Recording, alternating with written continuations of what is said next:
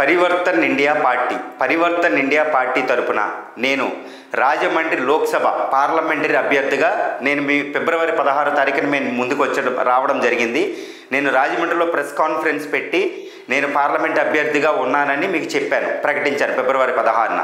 తర్వాత ఈ పార్టీకి సంబంధించి అదేవిధంగా రాజమండ్రి ప్రాంతం ఎదుర్కొంటున్న వివిధ సమస్యలకు సంబంధించి నేను ఎందుకు రాజకీయాల్లోకి వస్తున్నాను అని చెప్పడం కంటే నేను ప్రకటించే మేనిఫెస్టోలోనే అన్నీ వివరంగా కాంప్రహెన్సివ్గా ఉంటాయని నేను చెప్తున్నా. అందువల్ల నేను మార్చి 3వ తారీఖున అంటే ఆదివారం మార్చి 3వ తారీఖున మీకు నా పార్టీ తరపున నేను పార్లమెంట్ అభ్యర్థిత్వం తరపున ఎందుకు వస్తున్నానని చెప్పే విధంగా, అంటే ఆంధ్రప్రదేశ్కి సంబంధించిన వివిధ సమస్యల మీద, రాజమండ్రి ప్రాంతానికి సంబంధించిన వివిధ సమస్యలు, అదేవిధంగా దేశానికి. ఎందుకంటే ద పరివర్తన్ ఇండియా పార్టీ అనేది మీకు ఎక్కడుంది?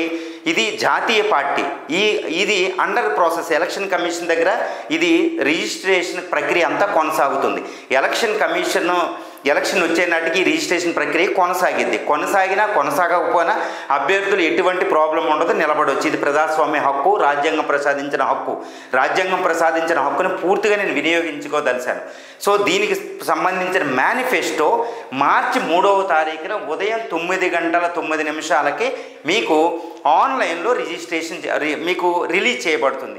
ఎందుకు ఆన్లైన్లోనే రిలీజ్ చేస్తున్నాము అంటే మేనిఫెస్టోని ఒకటేనండి, నా కమిట్మెంట్ ఏంటంటే ఇప్పుడు 3వ తరం రాజకీయాలు, ఈ పార్టీ ముఖ్య ఉద్దేశం 3వ తరం రాజకీయాలు. ప్రస్తుతం ఇండియాలో ఉన్న అన్ని పొలిటికల్ పార్టీలు కూడా ఇప్పుడు మేము చేసే ప్రక్రియ కింద ఉండలేవు, ఎక్సెప్ట్ కొంచెం అరవింద్ కేజ్రీవాల్ ఆ పార్టీ అలాంటివి తప్పితే ఈ 3వ తరం రాజకీయాలను ఆలోచించే పార్టీలు లేవని మనం చెప్పవచ్చు.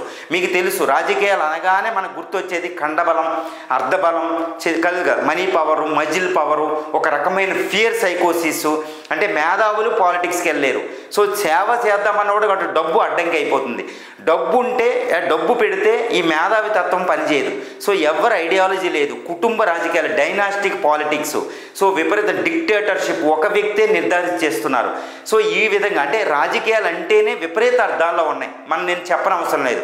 I don't want to talk about the hatred ముఖ్యంగా. సో ప్రస్తుత స్థితిని చెప్పడానికే the present state of the politics is not suitable, not favourable for those who want to serve, those who want to enter in to politics. అందువల్ల పాలిటిక్స్కి రావడానికి ఎవరికీ సాధ్యం కాదు.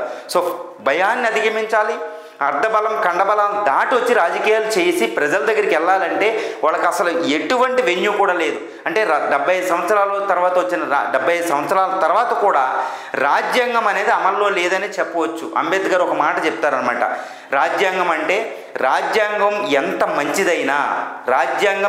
మంచిదైనా అమలు పరిచేవాళ్ళు చెడ్డోళ్ళు అయితే రాజ్యాంగం చెడ్డదైపోతుందంట. అదేవిధంగా రాజ్యాంగం ఎంత చెడ్డదైనా అమలు పరిచేవాళ్ళు మంచోళ్ళు అయితే రాజ్యాంగం మంచిదైపోతుందని అద్భుతమైన స్టేట్మెంట్ ఇస్తారు మనకి కాన్స్టిట్యూయెంట్ అసెంబ్లీలో ఆయన మాట్లాడుతూ. రాజ్యాంగం ఎలా ఉంటుందని ఆయన ముందే ఊహించి ఉంటారేమో. సో దాని ఫలితంగా నేను ఏం చెప్తున్నాను అంటే రాజ్యాంగం గొప్పది, దాన్ని అమలుపరిచే వ్యవస్థ ప్రక్రియ సరిగ్గా లేకపోవడం వల్ల ఇప్పుడు భారత రాజ్యాంగం యొక్క మనకు అమలు లేదు. దానికి ఒకే ఒక ఉదాహరణ ఏంటంటే ఇప్పటికీ కూడా రిజర్వేషన్కి సంబంధించి నేను చెప్తున్నానండి, భారతదేశంలో ఈ సమస్యలు విషతుల్యమైనవి, ఈ సమస్యలు ఒక వివాదాస్పదమైనది అనేది ఉండదు. No controversial issues. ఎందుకంటే రాజ్యాంగం ఆధారంగా మనం చర్చించినప్పుడు మనం ఎవరిని తిట్టినట్టు కాదు. రాజ్యాంగంలో అన్ని పరిష్కారాలు ఇవ్వబడుతున్నాయి. అందుకే 75 సంవత్సరాల తర్వాత కూడా ఇప్పుడు రాజ్యాంగం ఉంది. భారత సంస్కృతి, సాంప్రదాయాలు, సజీవ సంస్కృతి ఇలాంటి ఆధారంగా చేసుకుని మనం మాట్లాడతాం. కాబట్టి మనకేం లేదు. ఇది 3వ తరం రాజకీయాలు, ఎక్కడెక్కడ డబ్బు ఉండదు. సో దీంట్లో భాగంగా నేను ఎలక్షన్ కమిషన్ ఆంధ్రప్రదేశ్లో లోక్సభకు పెట్టిన లిమిట్ 95 లక్షలు, అందులో 60% మాత్రమే ఖర్చుతో నేను రాబోతున్నాను. అంటే ఎంత మీకు కేవలం 57 లక్షల రూపాయల ఫండింగ్ ద్వారానే నేను రాజమండ్రి లోక్సభ అభ్యర్థిత్వంలో ఉన్నా. సో 57 లక్షలతో ప్రజలకు ఎలా చేరాలి? So I want to take the advantage from the present technology in our country. Fifth industrial revolution, ఎంతో టెక్నాలజీ ఉంది, సోషల్ ప్లాట్ఫామ్స్ ఉన్నాయి, సామాజిక మాధ్యమాలు, వాటి ద్వారా నేను ప్రజలకు వెళ్తాను. అందులో భాగంగానే మార్చి 3వ తారీఖు ఉదయం 9:09 నేను ఈ మేనిఫెస్టోని యూట్యూబ్ లైవ్ ద్వారా, యూట్యూబ్ ఛానల్ లైవ్తో అటెండ్ అవ్వచ్చు, అదర్వైజ్ లేకపోతే అది రికార్డెడ్ వీడియోస్ ఉంటాయి. సో రావో స్టాక్స్ అనే నాకు ఓన్ యూట్యూబ్ ఛానల్ నేనే ఎస్టాబ్లిష్ చేసుకున్నా. I learned this technology also. కాబట్టి నేను I can save a lot of money. So ఈ రావు స్టాక్స్ అనే యూట్యూబ్ ఛానల్ని మీరు సబ్స్క్రైబ్ చేసుకోండి. ఈ రావు స్టాక్స్ అనే యూట్యూబ్ ఛానల్ ద్వారా నేను ఆన్లైన్లో ఇది మేనిఫెస్టోని మా అభ్యర్థులందరూ కలిసి ఇక్కడ మీకు ప్రకటిస్తాం. సో మీ సమయాన్ని నేను సేవ్ చేసి అవుతాను, అదేవిధంగా నా సమయాన్ని సేవ్ చేసుకుంటున్నా. ముఖ్యంగా డబ్బులు ఖర్చు. ఇప్పుడు చూడండి, ఒక 5,000 మందో 10,000 మందితో నేను బహిరంగ సభ పెడితే ఎంత ఖర్చు అవుతుందండి? ఎంత విపరీతమైన ఖర్చు. ఆ ఖర్చును సంపాదించి మళ్ళీ నేను రాజకీయాల్లోకి వచ్చి ఆ ఖర్చును రాబట్టుకోవడం, ఇది ఒక వ్యాపారం, విషియస్ సర్కిల్, విషయం. దాని నుంచి ఛేదించాలంటే దీన్ని. సో దీన్ని మీరు ఆకలింపు చేసుకుంటారు అనుకుంటున్నా. ఉదయం మార్చి 3వ తారీఖున ఉదయం 9:09 అంటే ఆదివారం చూసి పెట్టాను. సో రావు స్టాక్స్ అనే యూట్యూబ్ ఛానల్ ద్వారా మీకు లైవ్ వస్తుంది. లైవ్లో ఆ టైంలో అటెండ్ అవ్వలేకపోతే వెంటనే ఈ ఛానల్లో మీకు వీడియోలు కూడా లభ్యమవుతాయి. చాలా విస్తృతం. మేము ప్రకటించే మేనిఫెస్టో అనేది 3వ తరం రాజకీయాలు. మీరు దీన్ని ఎలా చూస్తారు ఒక్కసారి చూడండి, ఒక్కసారి పరిశీలించండి. సో పరిశీలించిన తర్వాత మీకే అర్థమవుతుంది అనమాట ఈ రాజకీయాలు మనకు అవసరమని. So I need your encouragement. Me encouragement అనేది నాకు చాలా అవసరం అండి.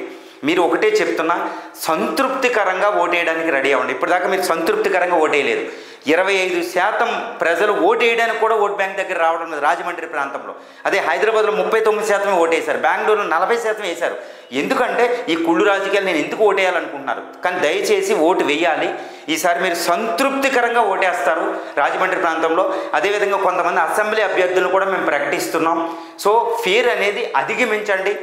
ఓకే, అసెంబ్లీకి సంబంధించిన అభ్యర్థులను కూడా నేను ప్రకటించబోతున్నా.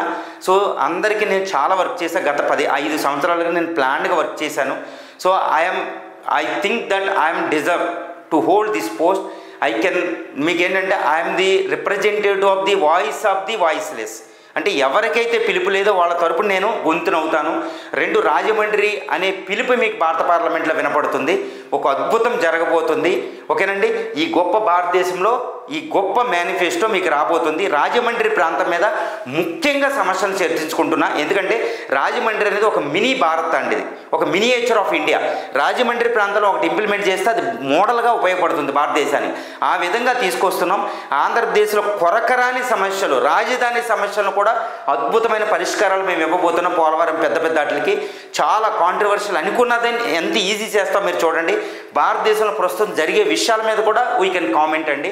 సో అన్నిహిలేషన్ ఆఫ్ క్యాస్ట్, అంబేద్కర్ యొక్క లైఫ్ అనేది భారత రాజ్యాంగం యొక్క the essence of Indian constitution. అంటే రాజ్యాంగం సారం ఏది చేయాలనుకుందో సామాజిక ఆర్థిక న్యాయాలు అనేవి మీకు ఇక్కడ ప్రస్ఫుటం అవుతాయి. You can see that kind of all ideals of Indian constitution in our manifesto.